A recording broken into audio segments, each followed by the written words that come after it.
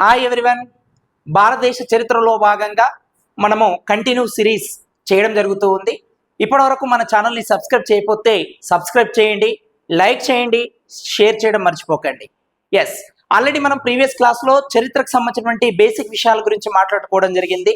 చరిత్ర అంటే ఏంటి, చరిత్ర అనే పదం ఎక్కడి నుండి పుట్టింది, చరిత్ర పితామహుడు ఎవరు, చరిత్రను అధ్యయనం చేయడానికి కావలసినటువంటి మరి సోర్సెస్, ఎవిడెన్స్, ఆధారాలు ఏంటి అనేది మనం మాట్లాడుకోవడం జరిగింది ఆల్రెడీ.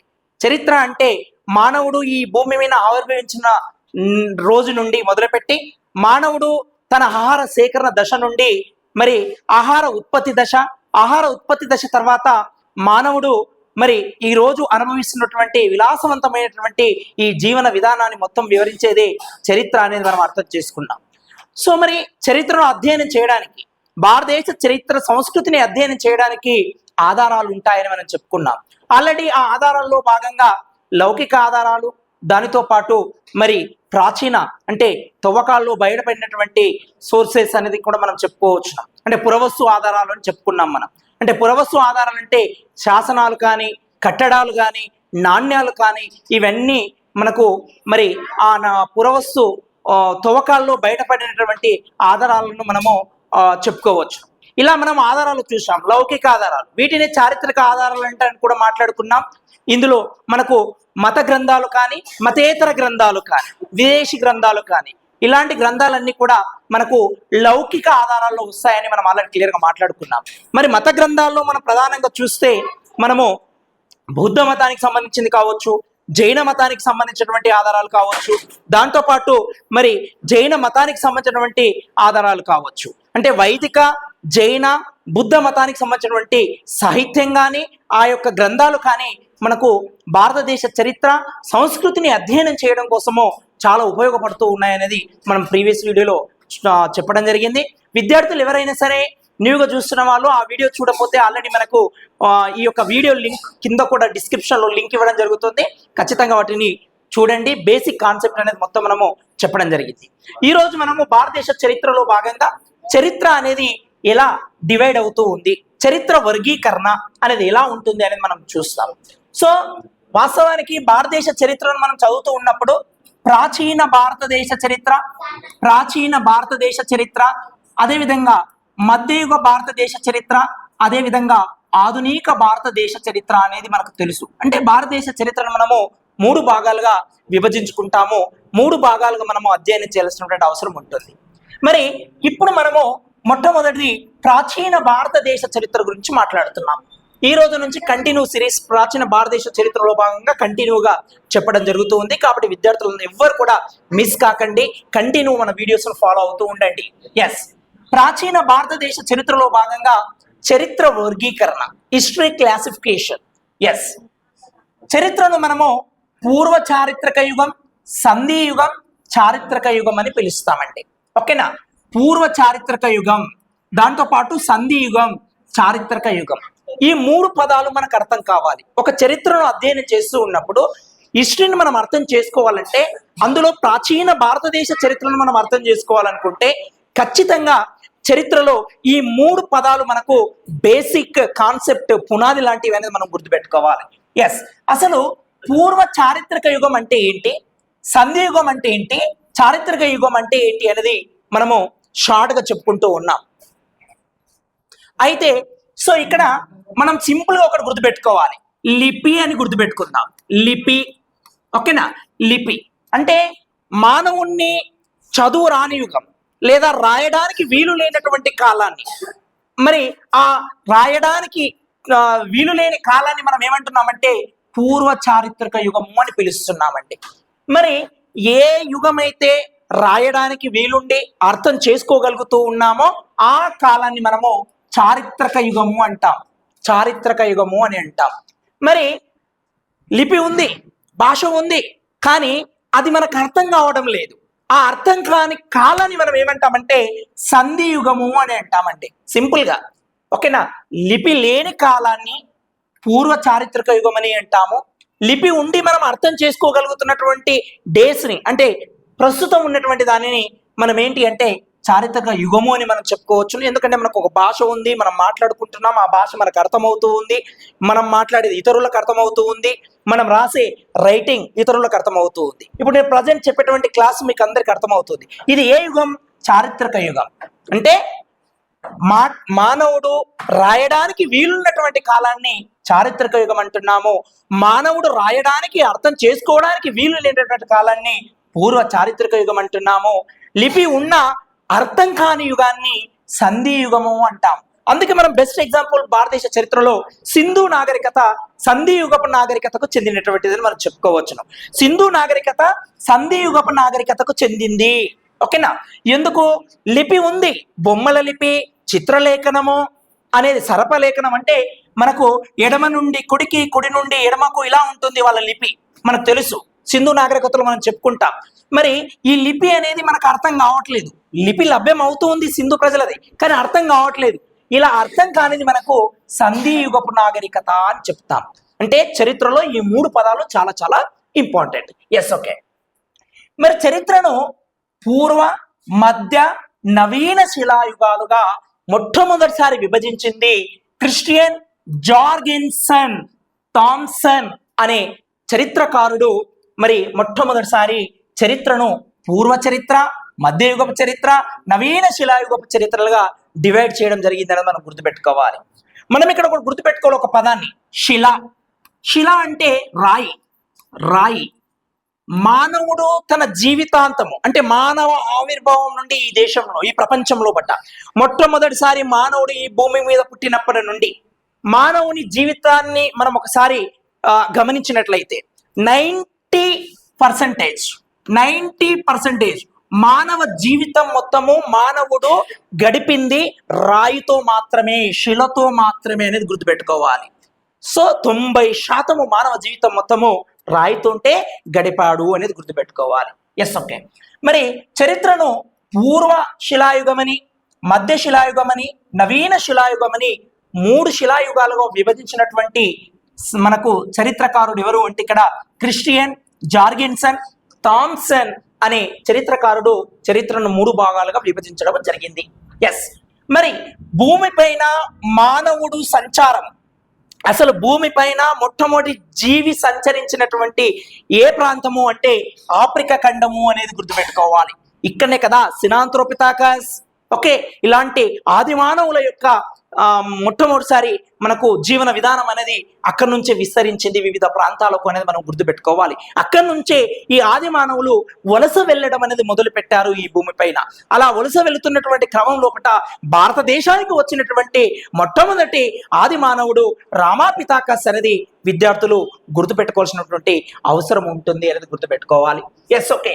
మరి భూమిపైననే, ప్రపంచంలో భూమిపైననే మొట్టమొదటిసారి మానవుని యొక్క సంచారము, మానవుడు మొదట సంచార జీవి అనేది గుర్తుపెట్టుకోవాలి. గ్రూప్ 1, గ్రూప్ 2 లెవెల్లో ఈ క్వశ్చన్ వస్తుంది. మానవుడు మొదట ఎలాంటి జీవన విధానాన్ని గడిపేవాడంటే సంచార జీవి. అంటే ఒక ప్రాంతంలో స్థిరంగా ఉండేవాడు కాదు. అక్కడి నుండి ఇంకో ప్రాంతానికి, ఇంకో ప్రాంతం నుంచి ఇంకో ప్రాంతానికి నిరంతరము సంచరించేవాడు, ప్రయాణం చేసేవాడు. ఒక దగ్గర ఫిక్స్డ్ గా స్థిర నివాసం అంటూ ఏర్పాటు చేసుకునేవాడు కాదు మొదట్లో, ప్రాచీన కాలంలో అనేది ఆది మానవుని యొక్క లక్షణం అనేది గుర్తుపెట్టుకోవాలి. సో అలా భూమిపైన మానవుడు మొట్టమొదటిసారి సంచరించిన ప్రాంతం ఆఫ్రికా ఖండం. మానవుని సంచారం జరిగిన మొదటి ప్రాంతము అది మరి మన భారతదేశంలో శివాలిక్స్ ప్రాంతం అనేది మనం గుర్తుపెట్టుకోవాలి. ప్రాచీన దిగువ శిలాయుగం చిత్రలేఖనం బయలుపడినటువంటి ప్రాంతం బింబెట్కే మధ్యప్రదేశ్ లో ఉంటుంది. ఇది వెరీ వెరీ ఇంపార్టెంట్. అంటే చిత్రలేఖనం అంటే మానవుడు, ఆది మానవుని యొక్క స్పెషల్ ఏంటంటే మానవుడు ఎప్పుడైతే సంచరించుకుంటూ వెళ్తూ ఉండేవాడో ఆ సంచారం జరుగుతున్నటువంటి క్రమం లోపట ఆది మానవునికి ఏ జంతువులైతే అడ్డం వచ్చాయో తన యొక్క ప్రయాణములో వాటిని దించేవాడు. దానిని చిత్రలేఖనము అంటాం. సో అలా ఆది మానవుడు మొట్టమొదటిసారి దించినటువంటి డయాగ్రామ్స్ తో కూడుకున్నటువంటి చిత్రలేఖనంతో కూడుకున్నటువంటి బయలుపడినటువంటి ప్రాంతం ఏంటి అంటే Bhimbetka. Very very important group 1 లెవెల్లో. మరి ఇది ఇక్కడ ఉంది అంటే మధ్యప్రదేశ్ లో ఉంది అనేది మనం గుర్తుపెట్టుకోవాలా. ప్రాచీన శిలాయుగంలో జీవించిన మానవుని పేరు ఏంటి అంటే నియండర్తాల్. వెరీ వెరీ వెరీ ఇంపార్టెంట్ అండి. ప్రాచీన శిలాయుగంలో జీవించినటువంటి మానవుడు ఏ కోవ కంటే ఏ రకానికి చెందినటువంటి మానవుడు అంటే నియాండర్తాల్ అనేది గుర్తుపెట్టుకోవాలా. ఎగువ ప్రాచీన శిలాయుగంలో జీవించినటువంటి మానవుడు ఎవరు అంటే మనకి ఇక్కడ మరి హోమోసెపియన్లు అనేది గుర్తుపెట్టుకోవాలి. దాంతోపాటు మధ్యశిలాయుగపు సంస్కృతులను కనుగొన్నటువంటి మరి ఆర్కియాలజిస్ట్ ఎవరు అంటే ఏసిఎల్ కరెల్త్ అనేది మనం గుర్తుపెట్టుకోవాలి. ఏసిఎల్ కరెల్త్ అనేది గుర్తుపెట్టుకోవాలి. 1880లో ఈయన మధ్యశిలాయుగంలో ఉన్నటువంటి ఆది మానవుల యొక్క సంస్కృతి వాళ్ళ జీవన విధానం పైన పరిశోధనలు చేసి కనుగొన్నాడు అనేది గుర్తుపెట్టుకోండి. నవీన శిలాయుగం అని పేరు పెట్టింది ఎవరండి? సో జాన్ బక్ అంటాం మనం, జాన్ బక్. ఓకేనా? ఈయన నవీన శిలాయుగం అని పేరు పెట్టాడు మొట్టమొదటిసారి. ప్రపంచంలోనే వ్యవసాయం చేసినటువంటి ఆధారాలు ఎక్కడ లభ్యమయ్యాయి మనకు మొట్టమొదటిసారి అంటే మొహర్గర్ అనే ప్రాంతంలో అనేది మనం గుర్తుపెట్టుకోవాలి. దక్షిణ భారతదేశంలో ఉన్నటువంటి నవీన శిలాయుగం యొక్క ప్రత్యేకత ఏంటి అంటే ఉత్తర భారతదేశం, దక్షిణ భారతదేశం అండి.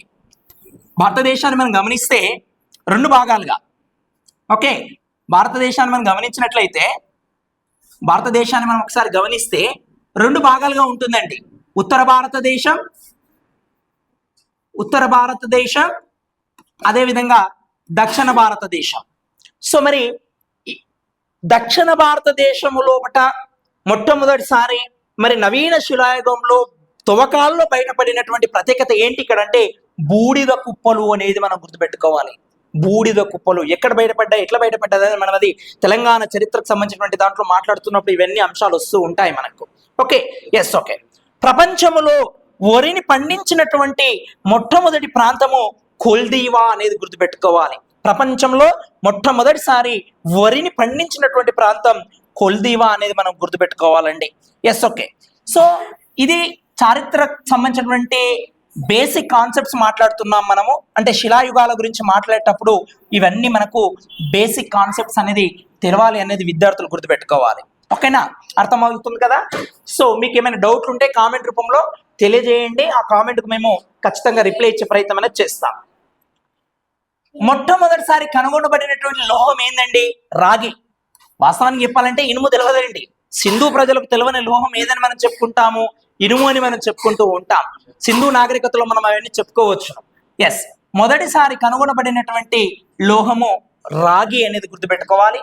అందుకే మన పూర్వకాలము మన తాతలు ముత్తాతలు చూస్తే ఎక్కువగా రాగి పాత్రలు అనేది వాడారు. ఎందుకంటే ఆది మానవునికి తెలిసినటువంటి లోహము రాగి. సో అందుకే మొట్టమొదటిసారి మనకు చరిత్రలో తవ్వకాలలో కనుగొన్నటువంటి లోహం ఏమైనా ఉన్నది అంటే అది రాగి అనేది గుర్తుపెట్టుకోవాలి. లిపి ఆవిర్భావనము మానవ పరిణామ క్రమంలో ఒక ప్రముఖ సంఘటన అని చెప్పాడు ఒక చరిత్రకారుడు. ఎవరది? గార్డెన్ చైల్డ్ యొక్క అభిప్రాయం ఇది. అంటే లిపి ఏర్పడడం అనేది ఒక అద్భుతమైనటువంటి ఆవిష్కరణ మానవ జీవితం లోపట. ఎందుకంటే లిపి లేనంత వరకు ఆది మానవుని యొక్క జీవన విధానం కానీ సంస్కృతి కానీ ఆయన పద్ధతులు కానీ ఎలా ఉన్నాయనేది మనకు అర్థం కావట్లేదు. అక్కడ దొరికినటువంటి ఆ తవ్వకాలు దొరికినటువంటి ఆ యొక్క వస్తువులను బట్టి కానీ లేదంటే వాళ్ళు అక్కడక్కడ దించిన చిత్రలేఖాన్ని బట్టి కానీ లేదా రాళ్లను, అప్పుడు మానవుడు మొత్తం రాయిని ఎక్కువగా ఉపయోగించాడని మనం చెప్పుకున్నాం. ఆ రాయిలో వాడినటువంటి వివిధ ఆయుధాలు రాయితోనే తయారు చేసుకున్నాడు కాబట్టి వాటిని బట్టి కొంతవరకు మనం అంచనా వేయొచ్చు, అందుకే ప్రాచీన చరిత్రను. కానీ ఎప్పుడైతే లిపి ఆవిర్భించిందో, స్క్రిప్ట్ లభ్యమవుతూ ఉందో మానవ జీవితంలో, అక్కడ నుంచి మానవ జీవితంలో కొంత మెరుగైన ఒక అద్భుతమైన మార్పు అనేది జరిగింది అనేది మనం గుర్తుపెట్టుకోవాలి. అలా మానవ పరిణామ క్రమంలో ఒక ప్రముఖ సంఘటన అని చెప్పింది గార్డెన్ చైల్డ్ అనేది గుర్తుపెట్టుకోవాలి. Yes, okay. చరిత్రను లిపి ఆధారంగా పూర్వ చారిత్రక యుగం, సంధి యుగం, చారిత్రక యుగం అని అంటారని ఇంతకు ముందే మనము స్టార్టింగ్లో చెప్పుకున్నాం. ఓకేనా? అంటే లిపి ఉండి రాయడానికి అర్థం అవుతూ ఉన్నదో దాన్ని చారిత్రక యుగం అంటాము. లిపి ఉన్న అర్థం కాని కాలాన్ని సంధి యుగం అంటాము. అసలు లిపి లేనటువంటి కాలాన్ని మనము సింపుల్గా పూర్వ చరిత్ర అని చెప్పుకుంటాం, ఆదిమ సమాజం. Yes, okay. సాహిత్య ఆధారాలు లేక పురావస్తు ఆధారాలు. ఎస్ అండి, ఆల్రెడీ మనము ప్రీవియస్ వీడియోలో నేను చాలా క్లియర్గా చెప్పిన ఎప్పుడైతే సాహిత్య ఆధారాలు పురావస్తు ఆధారాలు చరిత్రలో ఒక అంశం మీద రెండు మాట్లాడుతున్నాయి, సాహిత్య ఆధారాలు ఒక విధంగా చెప్తున్నాయి, పురావస్తు ఆధారాలు అంటే పురావస్తు అంటే ఆర్కియాలజిస్టులు తవ్వకాల్లో బయటపడినటువంటి ఆధారాలు ఒక విధంగా చెప్తున్నాయి. ఒకే అంశం మీద ఇవి రెండు వేరువేరుగా మాట్లాడుతూ ఉన్నప్పుడు మనం దేనిని ప్రామాణికంగా తీసుకోవాల్సిన అవసరం ఉంటుంది అని చెప్పాం మనం లాస్ట్ వీడియోలో. పురావస్తు ఆధారాలను మాత్రమే ప్రాథమికంగా దీన్నే మనము తీసుకోవాల్సినటువంటి అవసరం ఉంటుంది పరిగణలోకి అనేది గుర్తుపెట్టుకోవాలి. పూర్వ చారిత్రక యుగమని సాహిత్య ఆధారాలు ఉండి కూడా వాటిని చదవలేక ఉన్న వాటిని పురావస్తు ఆధారాల వలన మాత్రమే చరిత్ర నిర్మాణం జరిగితే దాన్ని సంధియుగము అంటున్నాం. అంటే ఆధారాలు ఉన్న ఆ భాష మనకు అర్థం కాలేని పరిస్థితిని సంధియుగమని, సో ఆధారాలే లేనటువంటి సాహిత్యమే లేనటువంటి దాన్ని పూర్వమని, అవన్నీ ఉండి అర్థం చేసుకునే దానిని చారిత్రక యుగం అని అంటున్నామని మనం ఇక్కడ చెప్పుకోవచ్చు. Yes, okay. ఇప్పుడు మనము శిలాయుగం అనేది ఎన్ని రకాలు? పూర్వ శిలాయుగము అంటే ఇంచుమించు 1,00,000 సంవత్సరాల నుండి 4,000 సంవత్సరాల వరకు ఉన్నటువంటి కాలం ఇది. దీనిని పూర్వ శిలాయుగము అని పిలుస్తాం. మరి ఈ పూర్వ శిలాయుగము అనేది మనకు చూస్తే ఇక్కడ మరి 3 రకాలు. ఒకటి ప్రాచీన శిలాయుగము, మధ్య శిలాయుగము, నవీన శిలాయుగము, ఇంకోటి ఇనుము శిలాయుగం అని కూడా వస్తుంది, ఇనుము కాలం అనేది కూడా వస్తుంది మనకు. కానీ ముఖ్యంగా చరిత్రలో మనకి ఈ 3 చెప్తూ ఉంటారు: ప్రాచీన శిలాయుగము, మధ్య శిలాయుగము, నవీన శిలాయుగం. 1,00,000 సంవత్సరాల నుంచి 10,000 సంవత్సరాల వరకు క్రీస్తు పూర్వము 1,00,000 సంవత్సరాల నుంచి 10,000 సంవత్సరాల వరకు ఉన్నటువంటి కాలాన్ని ప్రాచీన శిలాయుగం అని అంటాం. క్రీస్తు పూర్వం 10,000 సంవత్సరాల నుంచి 8,000 సంవత్సరాల మధ్య కాలాన్ని మధ్య శిలాయుగం అని అంటాం. క్రీస్తు పూర్వం 8,000 నుండి 4,000 వరకు ఉన్నటువంటి కాలాన్ని నవీన శిలాయుగం అంటాం అనేది గుర్తుపెట్టుకోవాల్సినటువంటి అవసరము ఉన్నది. దాంతో ఇది పూర్వ శిలాయుగం. ఓకే, సో నెక్స్ట్ మనం గమనించినట్లయితే ప్రాచీన శిలాయుగాన్ని 3 భాగాలుగా విభజించడం జరుగుతూ ఉంది. ప్రాచీన శిలాయుగాన్ని ఎన్ని భాగాలుగా? 3 భాగాలుగా విభజించడం జరుగుతుంది. సో ఒకటి దిగువ ప్రాచీన శిలాయుగం, మధ్య ప్రాచీన శిలాయుగం, ఎగువ ప్రాచీన శిలాయుగం అనేది మనం గుర్తుపెట్టుకోవాలి. ప్రాచీన శిలాయుగంలో సంవత్సరాలు అనేవి బేస్ కాదు, అటు ఇటు ఉండొచ్చు కొన్ని పుస్తకాల్లో.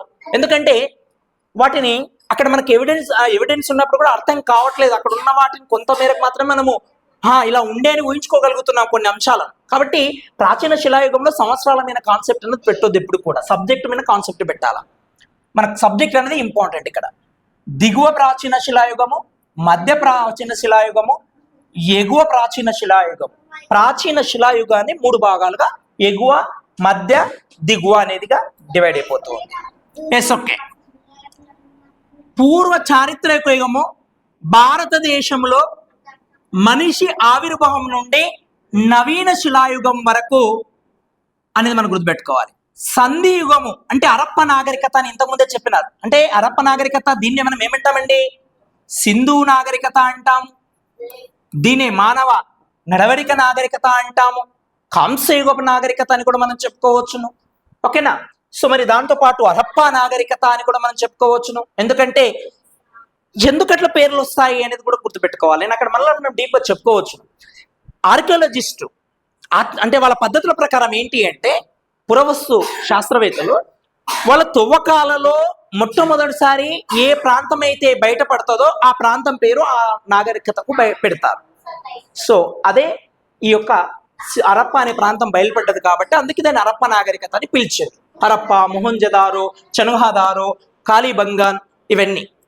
So yes, okay. అంటే హరప్ప నాగరికత నుంచి హరప్ప నాగరికత దేనికి ఎందుకు పోతుందండి? సంధియుగంలోకి వెళ్తుంది. ఎందుకు? వాళ్ళకి లిపి ఉంది కానీ అర్థం కావడం లేదు, బొమ్మల లిపి, సరపలేఖిని అని మనం చెప్పుకుంటున్నాం ఆల్రెడీ. ఓకేనా? సో మరి ఆర్యుల కాలము నుండి, ఎక్కడ నుండి? ఆర్యుల కాలము నుండి మనము ఏమని చెప్పుకోవచ్చును? ఆర్యుల కాలం, ఆర్యుల రాక, వేద నాగరికత. మళ్ళీ వేద నాగరికత 2 రకాలుగా విభజించడం జరుగుతుంది. తొలి వేద నాగరికత, మలివేద నాగరికత. మరి అక్కడనే మనకు ఋగ్వేదం, యజుర్వేదం, సామవేదం, ఉపనిషత్తులు, అరణ్యకములు, ఓకేనా, ఇతిహాసాలు, పురాణాలు ఇవన్నీ అక్కడనే ఆ వేద నాగరికతకు సంబంధించిన సాహిత్యం ఇదంతా. ఓకేనా, ఎస్ ఓకే. అక్కడ మనం డీప్గా చెప్పుకోవచ్చు. సింధు నాగరికత తర్వాత మనం దాన్ని చూస్తాం నెక్స్ట్. మరి ఇక్కడ ఆర్యుల కాలము నుండి, అంటే ఆర్యుల రాక నుండి భారతదేశానికి ఎప్పుడైతే ఆర్యులు వచ్చారో, వలస వచ్చారో, అక్కడి నుండి నేటి వరకు మనము చారిత్రక యుగం, అంటే 2025 వరకు ఇది చారిత్రక యుగం. ఎందుకు, మనకు భాష ఉంది, అర్థమవుతుంది అని మనం ఇంతకు ముందే చెప్పుకోవడం జరిగింది. Yes okay. ఇది వెరీ వెరీ ఇంపార్టెంట్ అండి. సింధు నాగరికత సంధియుగం నాగరికతలోకి వెళుతుంది, అది గుర్తుపెట్టుకోవాలి. పూర్వ చారిత్రక యుగాన్ని ప్లాస్టోసీన్ అనే భౌగోళిక యుగంలో జరిగింది. అంటే చారిత్రక పూర్వ యుగం ఉన్నటువంటి వాటిని మనకు కొన్ని భాగాలు విభజించడం జరిగింది. అంటే జీవి ఎలా ఈ భూమి మీద పుట్టడం జరిగింది అనే దానికి ముందు మొట్టమొదటి జీవి ఈ భూమి మీద ఏంటంటే ప్లాజిజెట్టా. మొట్టమొదటి జీవి భూమి మీద ప్లాజిజెట్టా. సో అట్లా ఆ జీవ పరిణామ క్రమంలో అభివృద్ధి చెందుతున్నటువంటి కాలంలో సైంటిస్టులు వాళ్ళ యొక్క అన్వేషణలో లేదా తవ్వకాల్లో వాళ్ళ పరిశోధనలో బయటపడినటువంటి విషయాలన్నింటినీ దానికి ఒక్కొక్క యుగంగా పేరు పెట్టుకుంటూ వచ్చారు. మనకు పూర్వ చారిత్ర యుగంలో రాతి పనిముట్ల తయారీ, పరిజ్ఞానము, జీవనోపాధి మొదలగు అన్ని కూడా డెవలప్మెంట్ అయినాయి అనేది మనం గుర్తుపెట్టుకోవాలి. ప్రాచీన శిలాయుగమును మధ్య శిలాయుగమని, నవీన శిలాయుగమని విభజించడం జరిగింది. మరి ప్రాచీన శిలాయుగమని, మధ్య శిలాయుగమని, నవీన శిలాయుగమని మనకు క్రిస్టియన్ జర్గెన్సన్ థామ్సన్ మొట్టమొదటిసారి ఈ యొక్క ప్రతిపాదన చేశాడు. ఈయన ఐరోపా ఖండానికి చెందినటువంటి వ్యక్తి అనేది మనం గుర్తుపెట్టుకోవాలి ఇక్కడ. మరి దాంతో పాటు పూర్వ చారిత్రక యుగం గురించి తెలిపినటువంటి మొట్టమొదటి ఆంగ్లేయుడు, ఓకేనా. సో ఎవరు మనకు అంటే ఫ్రీమ్రజ్ అనే చరిత్రకారుడు మరి మనకు ఈ యొక్క పూర్వ చారిత్రక యుగం గురించి చెప్పడము జరిగింది అనేది గుర్తుపెట్టుకోవాలి. అంటే ఈయన 1942లో కర్ణాటకలోని లింగనూర్ అనే ప్రదేశంలో మొట్టమొదటిసారి కత్తులు, రాతి కత్తులండి, బల్లెములు 1942లో కనుగొనడం జరిగింది. ఏ ప్రాంతంలో? కర్ణాటకలో. ఎక్కడ? లింగాసూర్ అనే ప్రాంతం ఒకట కనుగొనడం జరిగింది. Yes okay. సో ఇప్పుడు మనం ఒక్కొక్క యుగంలో ఏమేమి బయలుపడ్డాయి, అక్కడ అసలు స్పెషల్ ఏంటి అనేది మనము ముఖ్యమైన అంశాల గురించి మనము మాట్లాడదామండి. సో మనం ఒకసారి గమనించినట్లయితే ఇక్కడ మరి దక్షిణ భారతదేశంలో కూడా, ఓకేనా, దక్షిణ భారతదేశంలో ఎక్కువగా పూర్వ చారిత్రక యుగ సంస్కృతులు ఉన్నాయి అని మనకు చెప్పినటువంటి వ్యక్తి రాబర్ట్ బ్రూస్ ఫ్లూట్ అనేది గుర్తుపెట్టుకోవాలి. ఓకేనా, ఇది మనము తెలంగాణ చరిత్ర చదువుతున్నప్పుడు ఈయన పేరు కంపల్సరీ చెప్పుకుంటాం మనం. దాంతోపాటు భారతదేశము పూర్వ చారిత్రక యుగ సంస్కృతిని కలిగి ఉంది అని ప్రపంచానికి మొట్టమొదటిసారి తెలియజేసింది ఎవరు అంటే మార్టిమర్ విల్లర్. ఈయన మనకు సింధు నాగరికతలో వస్తాడు ఖచ్చితంగా. ఓకేనా, మానవుడు భూమిపై ఆవిర్భించి సుమారు, ఓకేనా, సో 6 లక్షల సంవత్సరాలు అయి ఉంటుందని మొదట మానవుడు సంచరించిన ప్రాంతం ఏమని చెప్పుకున్నాం? ఆఫ్రికా. ఓకేనా అని చరిత్రకారుల యొక్క అభిప్రాయము. మరి భారతదేశంలో ఆల్రెడీ శివాలిక్ ప్రాంతంలో ఒకట మనకు మొట్టమొదటిసారి 2,50,000 సంవత్సరాల క్రితం మానవుడు మొట్టమొదటిసారి సంచరించినట్లు మనకు ఆధారాలు దొరుకుతూ ఉన్నాయనేది మనం చెప్పుకున్నాం ఇంతకు ముందు. Yes okay. ఇప్పుడు మనము దిగువ ప్రాచీన శిలాయుగము ఏంటి అనేది మాట్లాడుకుందాం. దిగువ శిలాయుగములో ఆది మానవుడు వాడినటువంటి రాయి ఏంటి అంటే పలుగురాయి అని గుర్తుపెట్టుకోవాలి. పలుగురాలు మనకు తెలుసు ఆల్రెడీ. పూర్వకాలము పలుగురాలు అంటే మనకు ఇప్పుడంటే ఏదైనా మనం షార్ప్ చేసుకోవడం కోసం కత్తులు కానీ లేదంటే ఇంకేవైనా పనిముట్లు వ్యవసాయానికి సంబంధించింది షార్ప్ చేయాలి అంటే, పదును చేయాలంటే మిషన్స్ వచ్చేసినాయి, లేదంటే వేడి చేసి దాన్ని షార్ప్ చేసేస్తున్నారు. కానీ పూర్వకాలంలో ఆది మానవుడికి ఇవన్నీ ఏమి లేవు కదా. మరి ఎలా షార్ప్ చేసేవాడు? ఈ పలుగురాయి అంటే చాలా గ్రామాల్లో మన అంటే మన కొద్ది మన నాన్న వాళ్ళ తాత వాళ్ళ జనరేషన్ ఇదే పని ఇలాగే చేసేవాళ్ళు. ఆ రాయి పైన ఏం చేసేవాడు అంటే షానరాయణ కూడా అనేవాళ్ళు. సో ఆ రాయి పైన ఆ పనిముట్లను బాగా పదును పెట్టేవాళ్ళు. పలుగురాయి అంటాం దాన్ని, పలుగురాయి. దీనే గాండశిల, క్వాడ్జైట్ యుగం అంటాం, అందుకే ఇది. ఓకేనా, క్వాడ్జైట్ అంటాం దీనిని.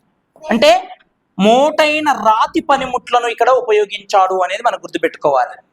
ఓకేనా, మోటైన రాతి పనిముట్లు వాడాడు అని మనం ఇక్కడ గుర్తుపెట్టుకోవాలి. ఈ కాలంలో శారీరకంగా ఎంతో పెద్దనైన జంతువులు ఉండేవండి. వాస్తవానికి చెప్పాలంటే ఇక్కడ జంతువులు పెద్ద పెద్ద జంతువులు ఉండేవండి. ఈ యొక్క దిగువ ప్రాచీన శిలాయుగంలో జంతువులు చాలా పెద్దవి ఉండేవి. మరి ఈ కాలంలో మానవుని పరిస్థితి ఏంటండి? మానవుడు సంచార జీవి అండి, బాగా గుర్తుపెట్టుకోవాలి. ఒక దగ్గర ఉండేవాడు కాదు. మానవుడు సంచార జీవి అనేది మనం గుర్తుపెట్టుకోవాలి. ఒక ప్రాంతంలో ఉండేవాడు కాదు. మరి ఇక్కడ ఏం వాడేవాడు? చేతి గొడ్డళ్ళు, క్లీవర్ అనే పనిముట్లను ఇక్కడ వాడాడు అనేది మనం గుర్తుపెట్టుకోవాలి. మెయిన్ గా మనం దిగువ ప్రాచీన శిలాయుగంలో గుర్తుపెట్టుకోవాల్సింది జంతువులు, పెద్ద పెద్ద జంతువులు ఉండేవి. ఇక్కడ మానవుడు సంచార జీవి. ఇక్కడ మెయిన్ గా పలుగురాయి వాడాడు లేదా చేతి గొడ్డళ్ళు ఉపయోగించాడు అనేది గుర్తుపెట్టుకోవాలి. ఇది దిగువ ప్రాచీన శిలాయుగంలో ముఖ్యమైన అంశాలు అనేది గుర్తుపెట్టుకోవాలి. దాంతో పాటు నెక్స్ట్ ఏంటంటే మనకు మరి ఈ యొక్క దిగువ ప్రాచీన శిలాయుగంలోనే ఇంకా కొన్ని ముఖ్యమైన అంశాలు మనం మాట్లాడితే, చేతి గొడ్డళ్ళ పరిశ్రమను మొట్టమొదటిసారిగా రాబర్ట్ బ్రూస్ఫోర్డ్ ఎక్కడనండి? కర్తలాయూర్ లోయలో మొట్టమొదటిసారి కనుగొనడం జరిగింది. ఓకేనా? సో బాగా గుర్తుపెట్టుకోండి, ఈ కర్తలాయ అనే ప్రాంతాన్ని గుర్తుపెట్టుకోండి. చేతి గొడ్డళ్ళ పరిశ్రమ మొట్టమొదటిసారి ఈ క్రింది ప్రాంతంలో బయటపడ్డది. కర్తలాయర్ అనే ప్రాంతం, లోయ గుర్తుపెట్టుకోండి. ఈ యుగంలోనే చేతి గొడ్డలని మహారాష్ట్ర ప్రాంతంలో ఎగువ గోదావరిలో మన దగ్గరకు వచ్చేసరికి ఓకే నర్మదా నది పరివాహక ప్రాంతంలో కూడా లభించాయి అనేది కూడా గుర్తుపెట్టుకోవాలి. ఏవి? చేతి గొడ్డళ్ళకి. దాంతో పాటు ఇవి ఉత్తరప్రదేశ్లో, యూపీలో మనం గమనిస్తే సోన్ లోయ, బెలన్ లోయ లాంటి దిగువ ప్రాచీన శిలాయుగం నుండి నవీన శిలాయుగం వరకు కూడా ఇక్కడ ఉపయోగించినటువంటి వస్తువులు లభించాయి ఉత్తరప్రదేశ్లో అనేది మనము గుర్తుపెట్టుకోవాలి. ఇక మధ్య ప్రాచీన శిలాయుగంలో మనం గమనించినట్లయితే దీనిని మొదట మహారాష్ట్రలోని నేహాసలో కనుగొనడం జరిగింది. Very very very important. దీనిని మొట్టమొదటిసారి మహారాష్ట్రలో నేహాస, అందుకే దీనిని నేహాస సంస్కృతి అని కూడా పిలుస్తారండి. నేహాస సంస్కృతి అని ఎవరు పేరు పెట్టారు? హెచ్డి సంకాలియా అనే వ్యక్తి దీనికి నేహా సంస్కృతి అని పేరు పెట్టాడు. బాగా గుర్తుపెట్టుకోవాలి. మహారాష్ట్రలోని నేహాస అనే ప్రాంతంలో మొట్టమొదటిసారి ఈ యొక్క మధ్య ప్రాచీన శిలాయుగానికి సంబంధించిన ఆనవాళ్ళు దొరికినాయి కాబట్టి అందుకు ఆ ప్రాంతానికి ఆ పేరు వచ్చింది. ఇంతకుముందే చెప్పాను, మొట్టమొదటిసారి ఏం దొరికితే ఆ ప్రాంతం పేరు మీద దానికి పేరు పెడతారు అనేది గుర్తుపెట్టుకోవాలి. మానవుడు ఇక్కడ కూడా ఎలాంటి జీవి? ఒక దగ్గర కూర్చునేవాడు కాదు, సంచార జీవి, పరిగెత్తడమే, వెళ్ళడమే. ఇక్కడ ఏంటండి? ఈ యొక్క మధ్య ప్రాచీన శిలాయుగంలో జీవించినటువంటి జంతువులు ఏంటి? ప్రధానంగా అడవి దున్న, నీటి ఏనుగు వంటి జంతువులు ఈ కాలంలో నివసించడం జరిగింది. ఇక్కడ గోకుడురాలు, ఇంతకుముందు పలుగురాలు వాడిండు, ఇప్పుడు ఇక్కడ గోకుడురాలు వాడిండు. రాతి బ్లేడ్లండి. అంటే ఆది మానవుని యొక్క టాలెంట్ ఏంటంటే రాయిని చెక్కుతూ పదునైనగా ఉపయోగించేవాడు. చాలా పదునైన రాళ్ళు ఉపయోగించేవాడు ఇలా. ఓకేనా? అవి దీర్ఘచతురస్రాకారంలో ఉండేవి, త్రిభుజ ఆకారంలో ఉన్నటువంటి రాళ్ళను వాడేవాడు. ఓకేనా? సో రాతి బ్లేడ్లను వాడాడు, బల్లెములు వాడిండు, స్క్రిప్పర్లు వాడిండు. ఓకేనా? ఈ కాలంలో మధ్య ప్రాచీన శిలాయుగంలో ప్రధానంగా జీవించినటువంటి మానవుడు నియాండర్తాల్ అనేది గుర్తుపెట్టుకోవాలి. ఎవరండి? నియాండర్తాల్ అనేది గుర్తుపెట్టుకోవాలా? Yes, okay. సో నెక్స్ట్ మనం గమనిస్తే ఎగువ ప్రాచీన శిలాయుగంలో ఏమేమి మార్పులు వచ్చినాయి? ఇది ప్లాస్టోసీన్ అనే యుగానికి చెందినటువంటి దశ అనేది గుర్తుపెట్టుకోవాలి. ఈ కాలంలో బ్లేడు, బ్యూరూన్ అలాంటి ఆయుధాలు ఎక్కువగా ఉపయోగించాడు. ఈ కాలంలో పనిముట్లను కర్నూలు జిల్లాలోని బేతంచెర్లలో మొట్టమొదటిసారి రాబర్ట్ బ్రూస్ఫోర్డ్ అనేది కనుగొనడం జరిగింది అనేది మనం గుర్తుపెట్టుకోవాలి. ఎగువ ప్రాచీన శిలాయుగానికి వచ్చేసరికి ఆది మానవుల్లో ప్రధానమైనటువంటి మార్పు ఏం జరిగిందండి? అప్పటి వరకు పరిగెత్తడమే, సంచార జీవి, ఒక దగ్గర కూర్చునేవాడు కాదు.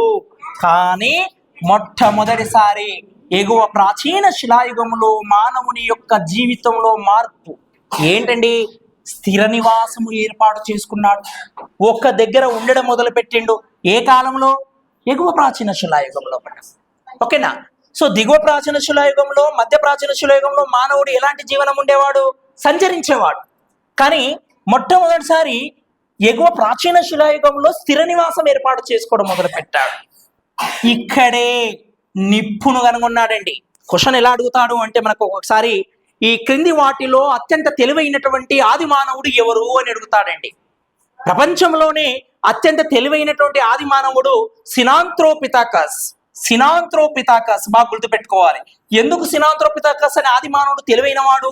ప్రపంచంలో మొట్టమొదటిసారి నిప్పును, ఫైర్, మంటను కనుగొన్నటువంటి ఆది మానవుడు సినాంథ్రోపిథాకస్ అనేది మనం గుర్తుపెట్టుకోవాలి. వీడు ఏ ప్రాంతానికి చెందినటువంటి ఆది మానవుడు? చైనా. ఓకేనా? ఈయన ఏ ప్రాంతానికి చెందినటువంటి ఆది మానవుడు అంటే చైనా ప్రాంతానికి చెందినటువంటి ఆది మానవుడు అనేది మనము గుర్తుపెట్టుకోవాలి. Yes, okay. మరి ఎగువ ప్రాచీన శిలాయుగంలోనే మొట్టమొదటిసారి ఆది మానవుడు నిప్పును కనుగొన్నాడు, స్థిర నివాసం అంటే ఒక దగ్గర ఉండడము మొదలు పెట్టాడు. మరి ఈ యుగంలోనే ఏమేమి వాడాడని యజుర్వేదం తెలియజేస్తుంది మనకు. వేదాలు 4 కదా, అందులో ఒకటి యజుర్వేదం కదా. అందులో ఈ కాలం నాటి పరిస్థితులను చెప్తూ ఉన్నాయి. ఏంటిది? విల్లములు, బాణములు ఈ యుగంలోనే ఉపయోగించినట్లు యజుర్వేదం మనకు చెబుతూ ఉంది. దాంతో పాటు ప్రాంకోకాంటాబ్రియన్, వెరీ వెరీ ఇంపార్టెంట్, ప్రాంకోకాంటాబ్రియన్ అనే కళ ఈ కాలంలోనే వ్యాప్తి చెందింది. అదేవిధంగా జంతువులను పట్టుకోవటానికి ప్రకృతిని అనుకరించి వాటి బొమ్మలను గీయడము కూడా, అంటే జంతువుల బొమ్మలను కూడా గీయడం ఈ కాలంలోని ఆది మానవుడు నేర్చుకున్నాడు అనేది గుర్తుపెట్టుకోవాలి. ఈ కళను ఏమంటాం మనమంటే స్పెయిన్, ఫ్రాన్స్ లాంటి ప్రాంతంలో కూడా ఈ కళ కనుగొనడం జరిగింది అనేది మనము గుర్తుపెట్టుకోవాలండి. తెలంగాణలో ఇలాంటి అంటే ఆది మానవుడు దించినటువంటి బొమ్మలు ఎక్కడ బయటపడ్డాయి అంటే మనకు మహబూబ్ నగర్, అదేవిధంగా భారతదేశంలో మధ్యప్రదేశ్, ఆదంగర్లో ఈ కళ కూడా వ్యాపించి ఉన్నది అనేది మనము గుర్తుపెట్టుకోవాలి. హోమోసెపియన్లు అనే మానవులు ఈ కాలంలో జీవించారు. ఓకేనా? నియాండర్తల్ అనే వాళ్ళు ఇంతకు ముందు కాలంలో జీవించారు. ఇప్పుడు ఇక్కడ ఎవరు జీవించారు? హోమోసెపియన్స్ అనే వాళ్ళు జీవించారని మనం గుర్తుపెట్టుకోవాలి.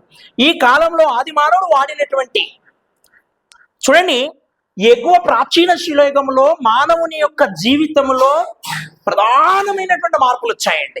నిప్పును కనుగొన్నాడు. నిప్పు కనుగొనడం అనేది ఆది మానవుని యొక్క జీవన ప్రయాణంలో చాలా మార్పు తీసుకొచ్చిందండి. ఎందుకంటే అప్పటి వరకు ఆది మానవుడు కేవలము పచ్చి మాంసాన్ని భుజించడం మాత్రమే అలవాటు. ఏది దొరికితే ఆ జంతువుని తినేవాడు. అంటే ఎలా? వాస్తవానికి ఇంకో విషయం ఏంటంటే మనకు మొదట జంతువులన్నీ కూడా పరిగెత్తేవి కావు. బాగా గుర్తుపెట్టుకోవాలి. మొదట ఎవరు పరిగెత్తేవాడు? మానవుడని జంతువు పరిగెత్తేవాడు. మిగతా అన్ని జంతువులు చాలా స్లోగా పెద్దగా ఉండేవి, మెల్లగా నడుచుకుంటూ వెళ్ళేవి. మానవుడు ఏం చేసిండు? పరిగెత్తేవాడు. ఆ జంతువులను తినాలనుకున్నప్పుడు ఏం చేసిండు అంటే ఆ జంతువులను వేటాడేటప్పుడు పెద్ద పెద్ద బండరాలను వాటిపైన వేసేవాడు. అవి చనిపోయినాక వాటిని తీసుకొని తినేవాడు. ఆ పచ్చి మాంసాన్ని తినేవాడు ఆది మానవుడు. ఎందుకంటే ఆ రక్తం అంటింది, తుడుచుకోవాలి, లేదంటే ఇంకేదో ఆ ఫేస్ కడుక్కోవాలి, లేదా ఇంకా రకరకాల ఈరోజు వాడుతున్నటువంటి డిజైన్ సంబంధించినటువంటివి వాడాలి అనేది తెలియదండి ఆది మానవునికి. తినడం, వెళ్ళడం అంతే. అలా పరిగెత్తేవాడు. కానీ జంతువులు మాత్రం స్లోగా ఉండేవి. కానీ ఎగువ ప్రాచీన శిలాయుగంలో చూడండి ఎలాంటి మార్పు వచ్చింది. విచిత్రం ఏంటంటే ఆది మానవుడు ఎప్పుడైతే వేటాడడం మొదలు పెట్టిండో జంతువులు స్లోగా నడిచేవి, మానవుడు స్పీడ్గా పరిగెత్తేవాడు. మానవుడు స్లోగా అవడం మొదలు పెట్టిండు, అంటే స్థిర నివాసం ఏర్పాటు చేసుకున్నాడు. వీడు ఉరకడం బంద్ చేసిండు మానవుడిగా. ఎవరు ఉరకడం మొదలు పెట్టారు? జంతువులు ఉరకడం మొదలు పెట్టాయి, జంతువులు పరిగెత్తడం మొదలు పెట్టాయి. మరి జంతువులు పరిగెత్తినప్పుడు మానవునికి వేటాడడం చాలా కష్టం కదా. మరి వేటాడాలి అంటే ఆది మానవుడు ఏం తయారు చేయాలి? పదునైనటువంటి ఆయుధాలు తయారు చేయాల్సిన అవసరం వచ్చింది. మానవ జీవితంలో మొట్టమొదటిసారి ఆయుధాన్ని పదునంగా తయారు చేసింది దేనితోనండి? ఎముకలతో తయారు చేశాడు. అదే చెప్తున్నాడు ఇక్కడ చూడండి. బ్లేడు, బిరోయినిన్, గీటురాయి, చిన్న కత్తులతో కూడుకున్నటువంటి ఎముకలతో తయారు చేశాడు. ఇది అప్డేట్ అండి. ఆది మానవుని యొక్క జీవన ప్రయాణములో అప్డేట్ జనరేషన్ అని ఫీల్ కావచ్చు. అంటే ఎముకలతో, రాయి కంటే ఎముక చాలా పదనంగా ఉంటుందండి, ఈజీగా వేటాడవచ్చు జంతువులను. కాబట్టి అప్డేట్, ఎముకలతో ఆయుధాలను తయారు చేయడం మొదలు పెట్టాడు. ఇక అప్పటి వరకు ఎలా వాడిండు? రాయితో కూడుకున్నటువంటి పదునైనటువంటి రాళ్ళు అనేది వాడడము మొదలు పెట్టాడు అనేది మనకు గుర్తుపెట్టుకోవాలి. కానీ తర్వాత ఏమైపోయింది? ఎముకలతో కూడుకున్నటువంటి ఇది మనకు బ్లేడ్స్, ఆయుధాలు వాడడం మొదలు పెట్టాడు. ఎక్కువగా బ్లేడ్, బిర్యానీలు లభించినటువంటి ప్రాంతం ఏది అంటే రేణిగుంటనండి, ఆంధ్రప్రదేశ్. ఇవి ఎక్కువగా ఇక్కడ బయటపడ్డాయి. అది మనం తెలంగాణ చరిత్రలో మాట్లాడుకోవచ్చు. దాంతోపాటు బేతంచెర్ల, కర్నూలులో కూడా ఎముకలతో కూడుకున్నటువంటి ఆయుధాలు చాలా మనకు బయటపడ్డాయి భారతదేశ చరిత్రలో అనేది మనం అర్థం చేసుకోవాలి. అంటే ఆది మానవుని యొక్క జీవన ప్రయాణంలో ఉరుకుల పరుగుల జీవితం నుంచి ఇప్పుడు స్థిర నివాసం ఏర్పాటు చేసుకున్నాడు. అంటే ఒక ఫిక్స్డ్ ప్లేస్ అనేది ఇక అలవాటు చేసుకున్నాడు. ఇక జంతువులు మాత్రం పరిగెత్తడం మొదలుపెట్టాయి. సో ఇక్కడ మానవుడు తనకేమైపోయిందంటే ఆహార సేకరణ అనేది ఒక ఛాలెంజ్గా మారిపోయింది. అంటే మొదట ఆహారాన్ని సేకరించేవాడు, ఎక్కడ దొరికితే అక్కడ తినేసుకుంటూ వెళ్ళిపోయేవాడు, ఓకేనా. కానీ తర్వాతి దశలో మానవుడు ఆహారాన్ని ఉత్పత్తి చేయడం మొదలు పెడతాడు. ఇది చాలా చాలా మానవ పరిణామ క్రమంలో అతి పెద్ద మార్పు అనేది మనం గుర్తుపెట్టుకోవాలి. కుమ్మరి చక్రం తయారు చేయడం, వ్యవసాయ పనిముట్లు తయారు చేసుకోవడం, ఇవన్నీ కూడా మానవుని యొక్క మార్పులను గుర్తుపెట్టుకోవాలి. దానితో పాటు వర్షం పడితే మరి ఆ వర్షం నుంచి రక్షించుకోవాలి, లేదా ప్రమాదం నుంచి తనను తాను రక్షించడం కోసము చనిపోయిన జంతువుల యొక్క చర్మాన్ని తొడగడం కూడా మొదలు పెడతాడు. అదేవిధంగా పెద్ద పెద్ద తొర్రెలు, గుట్టలు, కొండల్లో రాళ్లతో న్యాచురల్గా ఏర్పడేవండి. అవన్నీ ఎవరు రెడీ చేసిన ఇల్లు కావవి. న్యాచురల్గా ఉన్నటువంటి ఆ కొండ గొయ్యల్లో ఆది మానవుడు ఏం చేసేవాడు, అందులో పోవాలి, అలా దాక్కోవాలి, అక్కడ పోతే వర్షం పడుతుంది, పడదు, ఇవి ఏవి కూడా ఆది మానవునికి తెలియదు. జస్ట్ వెళ్ళిండు, విచిత్రంగా కనిపించినాయి, అందులో దాక్కోవడం మొదలు పెట్టాడు. అక్కడ ఉన్నప్పుడు ఆ రాళ్ళ మీద ఇంకో రాయి తీసుకొని బొమ్మలు దించడం మొదలు పెట్టాడు. అలా మనకు చరిత్రలో బయటపడినవి అనేది మనం గుర్తుపెట్టుకోవాలి ఇక్కడ. సో ఇలా అప్డేట్ అనేది కావడం జరిగింది మానవుని జీవితంలో పట. ఈ యుగం సంస్కృతి ప్రాంతాల్లో ఎక్కువగా ఉత్తరప్రదేశ్, యూపీలో ప్రముఖ స్థలాలు చోపాని మాండో లాంటి ప్రాంతాల్లో మనకు గొట్టె, మేక మొదలగు జంతువులు కూడా మనకి ఇక్కడ అవశేషాలు, అంటే వాటి యొక్క బోన్స్ అలాంటివి కూడా ఇక్కడ లభించాయని మనము గుర్తుపెట్టుకోవాలి. Yes, okay. ఇక మధ్య శిలాయుగానికి వచ్చేసరికి హోలోసీన్ అనే భౌగోళిక యుగం అని ఈ యుగంలోనే ప్రారంభమైంది మనం చెప్పుకోవచ్చును. ఈ యుగం యొక్క సంస్కృతులను, అంటే మధ్య శిలాయుగం యొక్క సంస్కృతులను 1880లో కార్మెల్ క్లేమెల్ పర్వత శ్రేణుల్లో గుర్తించడం జరిగింది. మరి చెప్పాను కదా ఇంతకుముందే, వాతావరణంలో మార్పుల వలన, అంటే భూమి ఏదైతే భూమి ఉన్నదో ఈ భూమి మనకు 2 భాగాలుగా డివైడ్ అయిపోతుందండి. ఉత్తర ధ్రువం, దక్షిణ ధ్రువం. ఉత్తర ధ్రువం, దక్షిణ ధ్రువం. భూమి మొత్తం కూడా వాటర్ ఎక్కువగా ఉందండి, మంచుతో కప్పబడి ఉన్నటువంటిదండి. మరి మంచుతో కప్పబడి ఉన్నప్పుడు ఉత్తర ధ్రువం, దక్షిణ ధ్రువం అనే ఈ భూమి మీద మంచు ఏమైందంటే కరుగుతూ కరుగుతూ కరుగుతూ రావడం మొదలుపెట్టింది. ఇలా కరిగి ఏమి ఏర్పడ్డాయండి, సముద్రాలు, నదులు ఏర్పడ్డాయి. వాతావరణంలో వచ్చినటువంటి మార్పుల వల్ల సముద్రాలు పొంగి పొరలడం మొదలుపెట్టాయి. అలా సముద్రాలు పొంగినప్పుడు, నదులు పొంగినప్పుడు ఏం జరిగింది అంటే మనకు కొన్ని జీవులు భూమిపైన పడడం మొదలుపెట్టాయి. అలా భూమి మీద పడినప్పుడు అవి పాకే జీవులుగా, కొన్ని ఏమైనాయి, అరే మేము భూమికి రాము, భూమికి వస్తే ఈ రోజు మనుషుల వల్ల సెల్ఫిష్గా తయారవుతామని అవి అనుకున్నాయేమో ఆ రోజే. అందుకే అవి కొన్ని నీళ్ళల్లో ఉండిపోయినాయి. నీళ్ళల్లో ఉండేటువంటి జీవులు మనం చూస్తాం, చేపలు అలాంటివి. కొన్ని జీవులు ఎగరడం మొదలు పెట్టిండు, అలా ఎగిరినోడే మానవుడు. అలా ఎగిరిన జీవుల్లో గెంతులు వేసినటువంటి మొట్టమొదటి జీవి ఎవరు అంటే మానవుడు. చాలా అప్డేట్ అయిపోయాడు వీడు, ఎందుకంటే ఆహార సేకరణలో ముందున్నాడు. సో అట్లా అప్డేట్ అయికుంటూ మానవుడు అనేవాడు ఈరోజు ఇప్పుడు ఈ 5th జనరేషన్లో నివసిస్తున్నటువంటి మానవుడు మనం చూస్తూ ఉన్నాం. కానీ ఇలా ఈ యొక్క జీవన విధానంలో మార్పులు వచ్చేసినాయని మనం గుర్తుపెట్టుకోవాలి. అదే వాతావరణంలో మార్పులు. ఈ వాతావరణం మార్పుల వలన జంతువులు ఏమైనాయి, పరిగెత్తడం మొదలుపెట్టినాయి. మొదట జంతువులు ఎలా ఉన్నాయి, చాలా కూల్గా ఉన్నాయి, అంటే ఒక దగ్గరనే స్లోగా ఉండేవి. కానీ తర్వాత ఏమైపోయింది, పరిగెత్తడం మొదలుపెట్టాయి. దానికి అనుకూలంగా అంతకుముందు ఆది మానవునికి ఏమైనా తినాలి అంటే జంతువు ఆనే మెల్లగా ఇట్లా కదులుతుండే, ఎక్కువ రిస్క్ ఉండేది కాదు వాటిని చంపాలంటే. పెద్ద రాళ్ళు ఉండేవి, దాన్ని తీసుకొని పోయి వేసేవాడు. కానీ మానవుడు హుషారైందని వాటికి కూడా అర్థమైంది కాబట్టి జంతువులు ఉరకడం మొదలు పెట్టినాయి, మానవుడు సైలెంట్ ఒక దగ్గర కూర్చోవడం మొదలు పెట్టాడు. ఇప్పుడు తినడానికి ఇబ్బంది అయిపోయింది. ఇబ్బంది ఏంటంటే దానికి అనుకూలంగా పనిముట్లు తయారు చేసుకోవడం అనేది, అంటే ఆ ఎక్విప్మెంట్స్ లో అతను కావలసినటువంటి ఆయుధాలు, జంతువులను కొట్టడానికి చంపడానికి కావలసిన ఆయుధాల్లో మార్పులు అనేవి మొదలైనవి అనేది మనం గుర్తుపెట్టుకోవాలి మధ్యశిలాయుగం లోపల. అంటే కొద్దిగా పెద్దవి వాడడం మొదలు పెట్టండి. ఇక్కడ 1 సెంటీమీటర్ నుండి 8 సెంటీమీటర్ల వరకు పొడవు కలిగినటువంటి ఆయుధాలు మధ్యశిలాయుగంలో ఆది మానవుడు మొట్టమొదటిసారి ఉపయోగించడం మొదలు పెట్టిండు. ఇక్కడ బ్లేడ్లు, పిడికత్తులు, గోలు రాళ్ళు కానీ, త్రిభుజ ఆకారంలో ఉన్నటువంటి రాళ్ళు కాండి, ఓకేనా, దాంతోపాటు చతుర్భుజ ఆకారంలో ఉన్నటువంటి రాళ్ళు కానీ, ఓకేనా, ఇలాంటి పరికరాలు ఉపయోగించడం మొదలు పెట్టాడు. ఇది చాలా చాలా ఇంపార్టెంట్ మనకు. ఈ యుగం చివరి దశలో మొట్టమొదటిసారి మానవుడు కుండల తయారీ, ఎస్ అండి, దేన్ని, కుండల తయారీ. ఈ రోజు వలె ఇప్పుడు అప్డేట్ ఉన్నటువంటి ఆది మానవ ప్రజెంట్ మన యొక్క యుగంలో ప్లాస్టిక్ అనేది ఎక్కువగా యూజ్ చేస్తూ ఉన్నాం మనం. ఓకే, మరి ఆది మానవుడు కేవలము మట్టితో తయారు చేసినటువంటి కుండల తయారీ అనేది మొట్టమొదటిసారి మధ్యప్రదేశ్లో ఆదంగర్లో మొట్టమొదటిసారి ఆధారాలు బయటపడ్డాయి. ఎంపీ మధ్యప్రదేశ్ అని గుర్తుపెట్టుకోవాలి. ఆదంగర్లో మొట్టమొదటిసారి ఆది మానవుడు కుండలు తయారు చేసినట్లు బయలుపడింది అనేది మనం ఇక్కడ గుర్తుపెట్టుకోవాలండి. ఓకేనా, ఎస్, ఓకే. నా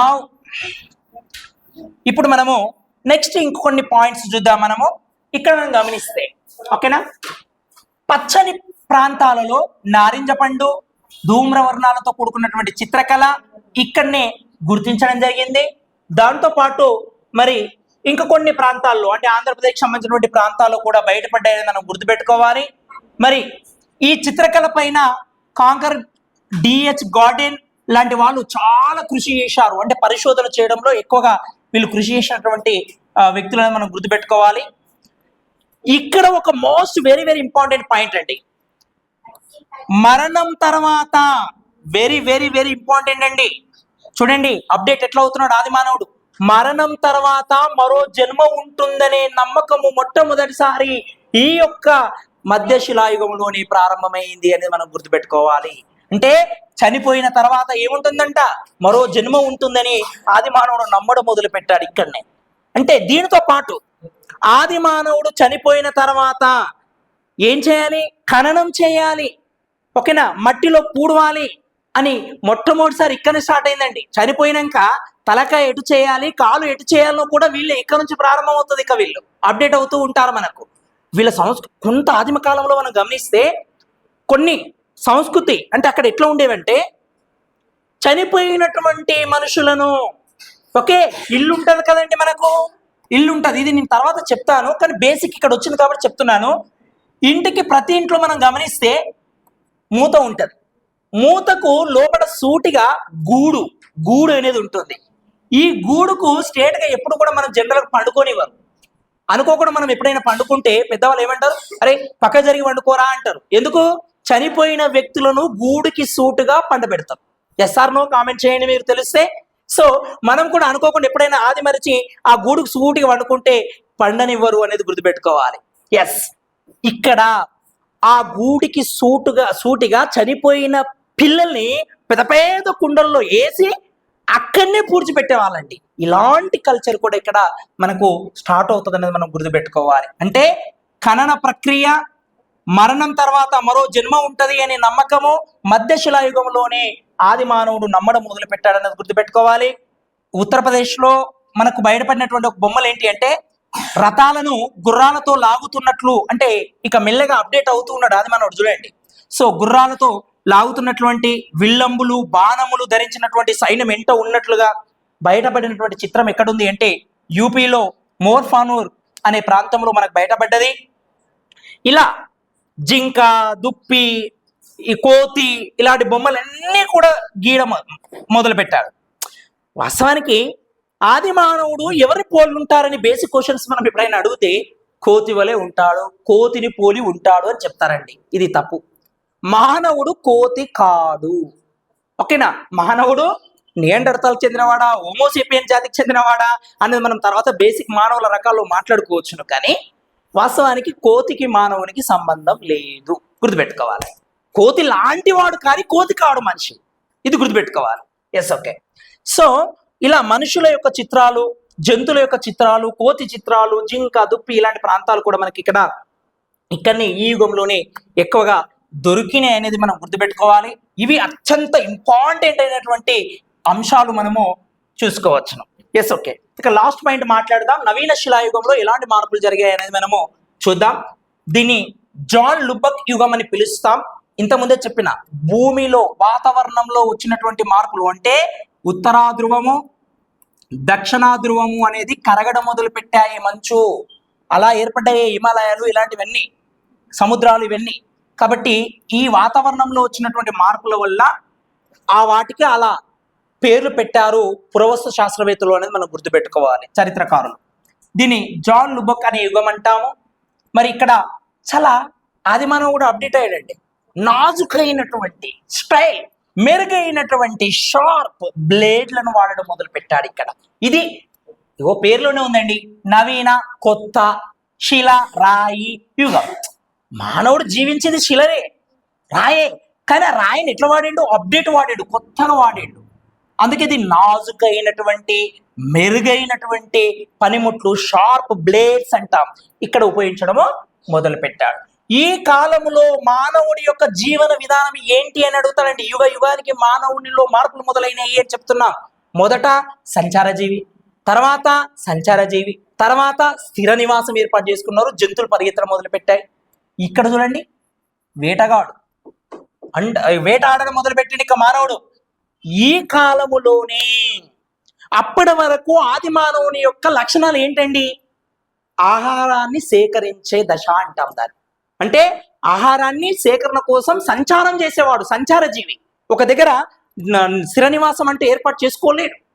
కానీ మన నవీన శిలాయుగంలో ప్రధానమైనటువంటి మార్పు ఏంటి అంటే ఆహార ఉత్పత్తి దశ. ఆహారాన్ని ప్రొడక్షన్ చేసుకోవడం మొదలు పెట్టాడు. ఆహారాన్ని ఉత్పత్తి చేసే స్థాయికి వచ్చిండు. అంటే వ్యవసాయము, పశుపోషణ, పశువులను పెంచుకోవడము, స్థిర నివాసము. చూడండి ఎన్ని మార్పులు జరిగినాయి నవీన శిలాయుగంలో. అగ్రికల్చర్ చేసిండు, పశువులను పెంచుకోవడం మొదలు పెట్టిండు, స్థిర నివాసం ఉన్నాడు. మతము మొట్టమొదటిసారి ఇక్కడ వచ్చిందండి. అంతకుముందు మతాలు లేవు. ఆది మానవునికి అసలు మతాలు అనేది తెలియదు, బాగా గుర్తుపెట్టుకోవాలి. ఓకేనా? ఇగో మతము, సమాజము అనేవి ఏ యుగంలో ప్రారంభమైనయండి? నవీన శిలాయుగంలో ప్రారంభమైనది మనం గుర్తుపెట్టుకోవాలి. ఇవి ముఖ్యమైన మార్పులు. మతం వచ్చింది, సమాజం వచ్చింది, స్థిర నివాసం వచ్చింది, పశుపోషణ, వ్యవసాయం లాంటివి ఈ యుగంలోనే వచ్చాయని మనం గుర్తుపెట్టుకోవాలి. ప్రపంచపరంగా ఈ యుగము ఎప్పుడు స్టార్ట్ అయ్యింది? నవీన శిలాయుగము అంటే క్రీస్తు శకం 9000 సంవత్సరంలో.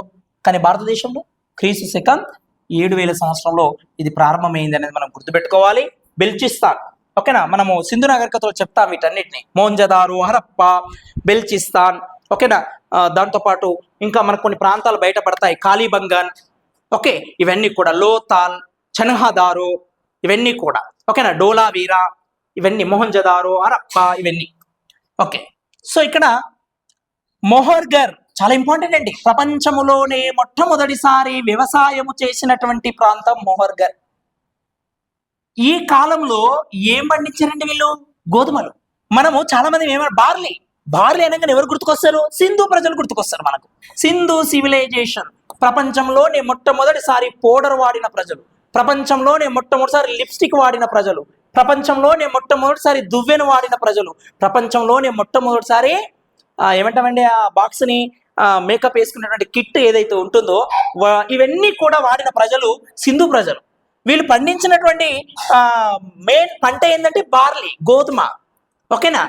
కానీ వీళ్ళకంటే ముందే అప్డేట్ ఉన్నారని మనకు తెలుస్తూ ఉందండి. మొహర్ఘర్ ప్రాంతంలో మట గోధుమలు, బార్లీ పండించారు అనేది గుర్తుపెట్టుకోవాలి, ఓకేనా? అందుకే దీన్ని బ్రీడ్ బాస్కెట్ ఆఫ్ బల్చిస్తాన్ అంటారు, బాగా గుర్తుపెట్టుకోవాలి. ఇక్కడనే పార్షియా, మెసపటోమియా, ఆసియా. మెసపటోమియా ప్రపంచంలో నాగరికతలండి. మెసపటోమియా నాగరికత, చైనా నాగరికత, సింధు నాగరికత, ఓకేనా? సో అది మనం నాగరికతలోకి వెళ్ళినప్పుడు చెప్పుకుంటాం. అసలు నాగరికత అంటే ఏంటి ఆల్రెడీ మనం చెప్పుకున్నామండి. నాగరికత అనే పదం అర్థం కాకపోతే చరిత్ర అర్థం కాదు మనకు. నాగరికత అంటే ఏంటి? వే ఆఫ్ ఎ లైఫ్, సంస్కృతి. సంస్కృతి అంటే జీవన విధానం, ప్రజల జీవన విధానం. ఈ జీవన విధానంలో వచ్చే మార్పులని మనం ఏమంటామంటే సింపుల్ గా నాగరికత. ఇక్కడ వ్యాపారం చేయడం మొదలుపెట్టిన మానవుడు, రాగి వస్తువులు వాడడం మొదలుపెట్టిండు ఇక్కడ. ఓకేనా, ఇక్కడ ఒక విచిత్రం ఏంటంటే సమాధిలో వస్తువులు పెట్టడం. ఇప్పటికి మనకు వివిధ ప్రాంతాల్లో ఇవి కొనసాగుతూ ఉంటాయి. చూడండి, చనిపోయిన వ్యక్తికి ఏవైతే ఇష్టం ఉంటాయో ఆ వస్తువులను పెట్టి పూర్తి చేయడం. ఆ తవ్వుతూ ఉన్నప్పుడు ఇవి కూడా బయటపడ్డాయి అనేది మనం ఇక్కడ సమాధిలో వస్తువులు ఉంచడం అనేది ఇక్కడనే లభించినటువంటి ఆధారాలను మనము గుర్తుపెట్టుకోవాలి. అంటే నవీన శిలాయుగంలో దొరికినటువంటి వస్తువులు ఏవైతే ఉన్నాయో ఇవి ప్రాంత ప్రాంతానికి వివిధ మార్పులుగా ఉన్నాయనేది మనం గుర్తుపెట్టుకోవాల్సినటువంటి అవసరము ఉంది. అంటే ఒక ప్రాంతంలో దొరికినటువంటి అదే సేమ్ దొరకాలని ఏం లేదు. సో వివిధ ప్రాంతాల్లో వివిధ రకరకాలుగా మనకు బయటపడ్డాయని మనము గుర్తుపెట్టుకోవాల్సినటువంటి అవసరము ఉన్నదండి. ఎస్, కాశ్మీర్లోని జీలం నది, చీనాబ్, జీలం అనేది మనం గుర్తుపెట్టుకోవాలి. సింధు యొక్క నది యొక్క ఉపనదులు ఇవన్నీ. సో బుర్జాన్ వద్ద మొట్టమొదటిసారి ఏంటి అంటే ఈ పరికరాలు, ఇంతకుముందు చెప్పిన పరికరాలు కనుగొనడం జరిగింది. దాంతోపాటు శంఖపు ఆకారం ఉన్నటువంటి గోతులు నిర్మించి అక్కడ జీవనం కొనసాగించినట్లు కూడా నివసించడం అనేది ఇక్కడ ఉన్నటువంటి ప్రత్యేకత. ఇక్కడ శిశువులు, పెంపుడు జంతువులు మరణిస్తే, ఇంతకుముందే చెప్పినాం, వెరీ వెరీ ఇంపార్టెంట్, చనిపోయిన పిల్లలు, పెంపుడు జంతువులు, తమకి ఇష్టమైనటువంటి జంతువులు చనిపోతే మరణిస్తే కుండల్లో ఖననం చేసి తమ ఇంట్లోనే పూడ్చిపెట్టుకునేవాళ్ళు. తమ ఇంట్లోనే కుండలో వాటిని పెట్టేసి వాటిని ఆ మధ్యలో ఇంటి మధ్యలో గూడు దగ్గర పూడ్చిపెట్టేవాళ్ళు చనిపోయిన పిల్లల్ని కానీ జంతువులను కానీ. సో ఇక్కడ రాతి గొడ్డళ్ళు, సూదులు, దీర్ఘ చతురాస్కారంలో ఉన్నటువంటి కత్తులు, ఎముకలతో చేసినటువంటి కత్తులు, ఇవన్నీ ఇక్కడ వాడడం మొదలు పెట్టాడు అనేది మనము గుర్తుపెట్టుకోవాలి. సో దాంతోపాటు ఇక్కడ ఏంటి అంటే మేక, ఎద్దును చూడండి, ఎద్దును మచ్చిక చేసుకొని అంటే తినేవాడు. ఓకేనా, ఆధారం లభించాయండి, ఇది చరిత్ర చెప్తుంది, నేను చెప్పట్లేదు ఇక్కడ. ఓకేనా, ఎద్దును మచ్చిక చేసుకున్నాడు, ఎద్దును వాడడం మొదలు పెట్టాడు, జంతువులను తినడం మొదలు పెట్టాడు. రాణాగుండై ఇలాంటి ప్రాంతాల్లో ఇవి ప్రధానంగా ఇక్కడ దొరికినటువంటివి ఆధారాలను మనం గుర్తుపెట్టుకోవాలి. ఇట్లా మనము గమనించినట్లయితే అనంతపురం, బళ్ళారి లాంటి ప్రాంతాల్లో కూడా ఈ దక్షిణ భారతదేశంలో ఇలాంటివి దొరికినాయి అనేది మనం గుర్తుపెట్టుకోవాల్సినటువంటి అవసరము ఉంది అనేది మనం ఇక్కడ గుర్తుపెట్టుకోవాలి. ఇలా నవీన శిలాయుగంలో కూడా ఆది మానవుల యొక్క ప్రధానంగా వచ్చినటువంటి మార్పులు అనేది మన ప్రాచీన భారతదేశ చరిత్రలో చెప్పబడుతూ ఉన్నాయి. ప్రధానంగా మానవుడు ఎలా అప్డేట్ అయ్యాడు అనే అంశాల మీద ఫోకస్ పెట్టాల్సినటువంటి అవసరము ఎక్కువగా ఉన్నది అనేది మనం అందరము గుర్తుపెట్టుకోవాలండి. నెక్స్ట్ వీడియోలో మనం ఇంకా దీనికి సంబంధించిన ముఖ్యమైన అంశాల గురించి మనము మాట్లాడదాం.